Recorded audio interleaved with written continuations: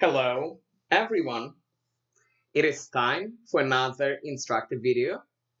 One of my students, Charlie, sent me a message on chess.com. Says, if you're gonna post a video soon, this is definitely the one. Amazing. Bunch of sacrifices that lead to a very, very interesting checkmate. He resigned, but it would have been. And then there is a link to the game. Um, let's click on the game and see where it takes us. Okay, it takes us here, but for the sake of me being able to analyze it, let me switch to a slightly different view. Um, let's see. Again, all these games were played today. This, by the way, is why Charlie is getting good. He got his rating to almost 1600. He plays a lot. All these games were played today, which is crazy. Also good, but also crazy. Um, let's find the more games. Oh wow, that's a lot of games. Some of which are bullet, but still, this is very very impressive. A lesson for everyone. While I'm going to page 3, is if you want to get good, play a lot of chess. This young man gained about 1200 points, very very close in the past 8 months, a little bit less. So that's a good lesson. This is the game. Okay, so let's take a look. Charlie was black, so let's flip the board. Um, and let's go to the beginning. Okay, the time control is 3 minutes. As you can see, Charlie in this game is rated almost 1600. His opponent is pretty close to that. I got a text. It's a wonderful, wonderful text. Um, it's a confirmation that I have a chess lesson next Monday night, so I'm happy. As some of you know, I do a lot of chess lessons, and that's not just something I do because I need to make money. It's something I do because I really, really enjoy teaching people chess and interacting with people. Um, okay, let's take a look. E4, E5, knight 3, knight C6, knight C3. After bishop C5 is fine. White has this trick here. It's kind of decent for white. But white decided to play bishop B5, which is fine. Charlie plays knight F6. This is all normal chess. Again, something to note, it's a 3-minute game, so again, mistakes will happen. And the goal of this analysis is not to poke fun at anyone's mistakes. The goal of this video is to be instructive and hopefully entertaining. Okay, d3, white did not do this. The same position actually happened in a game, a really famous game between Louis Paulsen and Paul Morphy, with Morphy playing with the black pieces.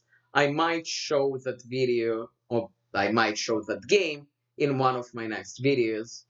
Um, so let's keep going. Pawn z3. Okay. And Charlie's point is this move is actually not going to win a pawn because Charlie will take back. It looks like this knight can take, but then queen here attacks the knight and this pawn. So mine drops back, but then the question to ask is why is the bishop going here and then coming back? Maybe he could have gone here in one move. Okay, Charlie castles, which makes sense. Bishop g5 pinning the knight.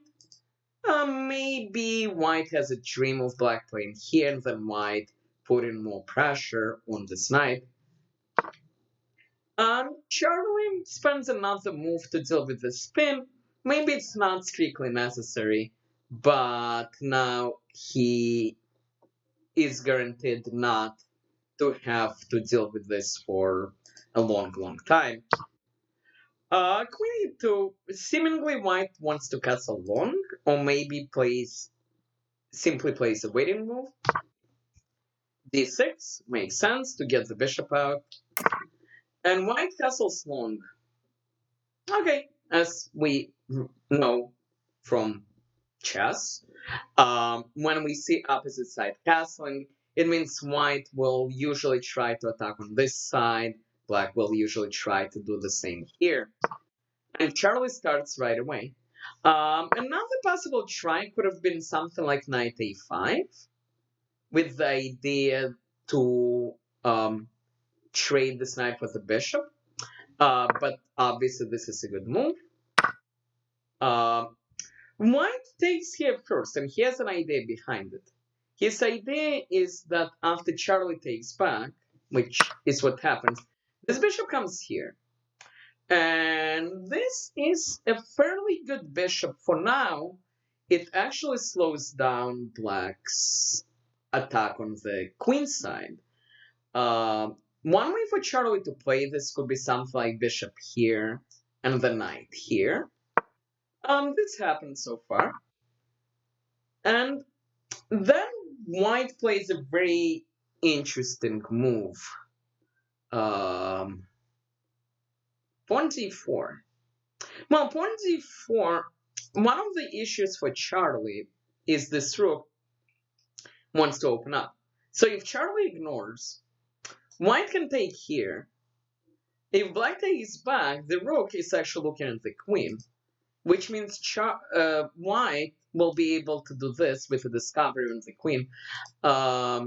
If Charlie takes back with the bishop, same issue, just one move later, white takes, black takes back, and again, the rook is open. And of course, Charlie cannot take with the knight because this exists. Which means that Charlie needs to take. And now something very interesting happens. White drops the knight back. And the issue here is white can just take back. I'll explain why.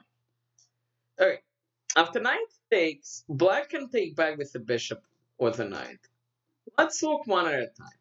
Let's pretend black takes with the knight. Well, for the time being, the queen is attacked. So white will actually give up his rook. If black takes the rook, white takes his bishop, and white is up. If, again, let's look at this line. If black trades here first, white will take back with the rook, and white again is up.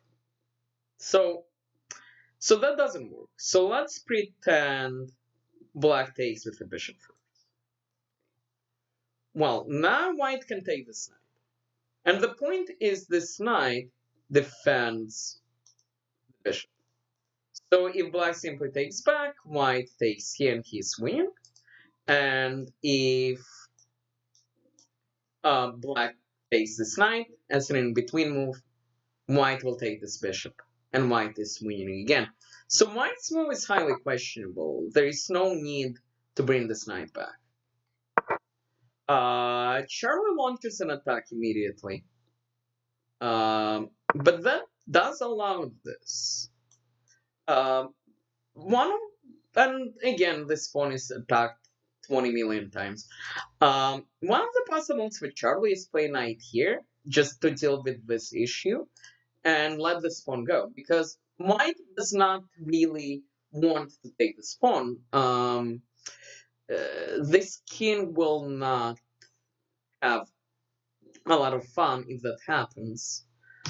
Charlie defends, which, I mean, it's not a mistake. It just maybe a little bit more passive. Also, this rook has potential to swing to the side.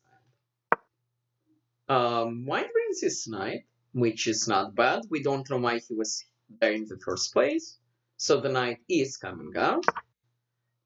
Charlie defends his pawn, but more importantly, the pawns might just make a run for it. And white improves his knight again with pressure here. And And Charlie decides to go for an all-out attack. It's sacrificing the spawn, which is absolutely fine, because we're trying to open things up. And White keeps not taking the pawn, which confuses me greatly. One of the possible explanations is White is treating this game as a bullet game, and trying to play really fast. But this is still a free pawn. And there, what Charlie did is good. The point is, if White ever pushes, this bishop might become quite good. Maybe the queen can get on this diagonal also. Another possibility is to push this one with the idea to try to just rip open White's position altogether. But let's see what happens. Charlie pushed. White took the knight. Unclear why he did it now. And Charlie plays with a queen, which is actually not bad. And the reason is, although black attack is going to pretty much come to an end after the queen trade, Charlie for now is up a pawn.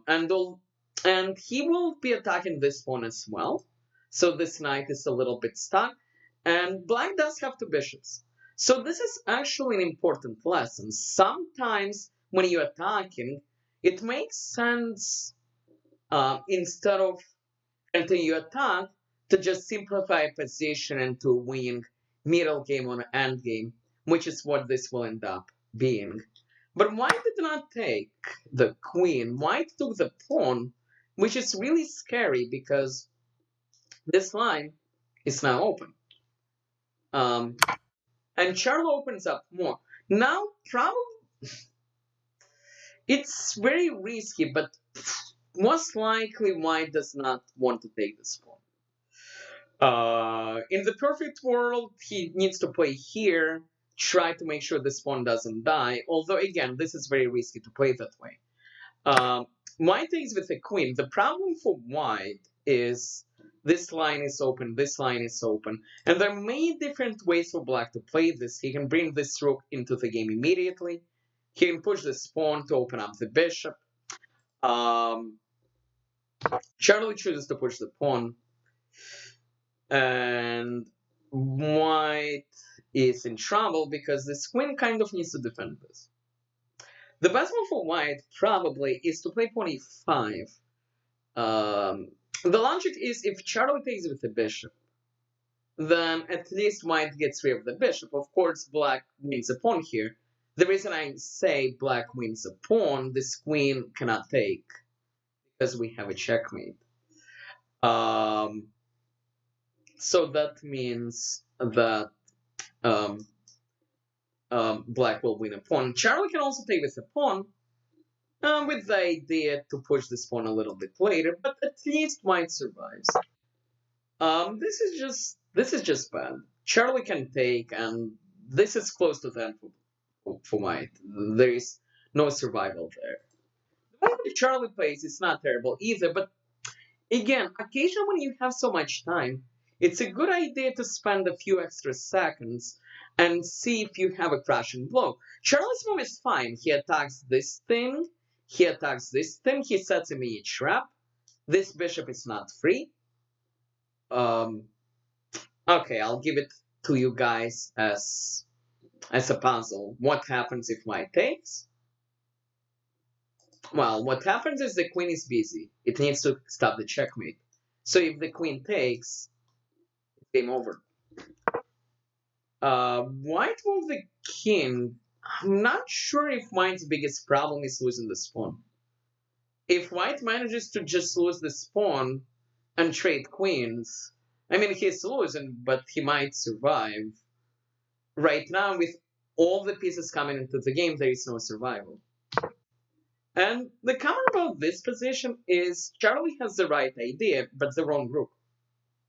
This rook is already doing things. This rook is not. This rook is the one that needs to come and play.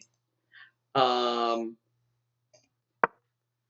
uses this rook. The obvious idea is to move the bishop and pin. White moves all the way to the end.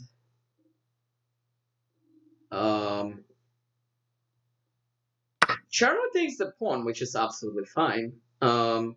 He gets another pawn, he attacks the queen. A slightly better move could actually be bishop here. And there is a cool idea involved. The point is, not only are we attacking the queen, but we also teaming up here. And if white blocks with the knight, we can actually just take that knight because of the pin. And it's not entirely clear how white is going to defend this pawn.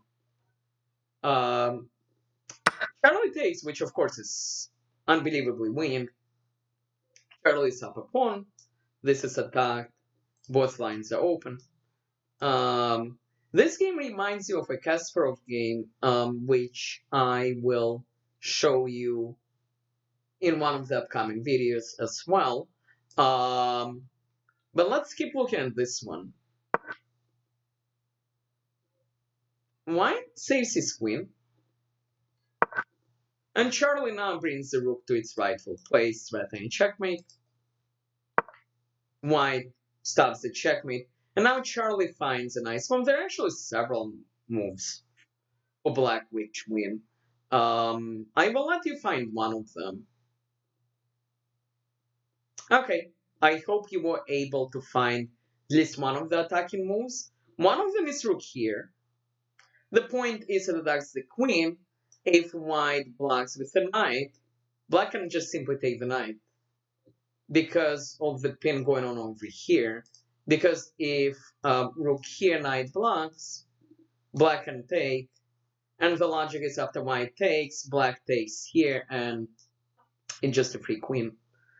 What Charlie found is equally cool. He took this pawn with a bishop. The point is this is not a free bishop. This bishop can be taken, but the queen is kind of busy. It needs to defend, and the queen cannot run away because of the pin. So here I believe white resigned. Yes, here white resigned. So congratulations to Charlie for a very well played game. This young man, looking at his accomplishments and looking at how much he plays, only sky is the limit. But a few instructive ideas. Number one, when you're attacking, make sure to use all your pieces. This attack is still successful because we're attacking with 4 pieces, even without the rook. But early on, this attack could have been even better if this rook came in a couple of moves ago. Specifically here, bringing this rook into the game is better. Now, the second point is if you're attacking, occasionally giving up a pawn, even more than a pawn, to open up the position could be an excellent idea. And vice versa, if you have an opportunity to take the pawn, but it opens up your king, perhaps you should not do that. White took a lot of pawns for the time being. Actually, he's even, but his king is open. They're both. These lines are open. Also, an interesting point. White's attack didn't even start. Okay, I hope you enjoyed. I hope you enjoyed this video. Please like and subscribe, and more exciting material will come shortly. If you have a recommendation about what I should do next, please make that recommendation in the comments. Thank you.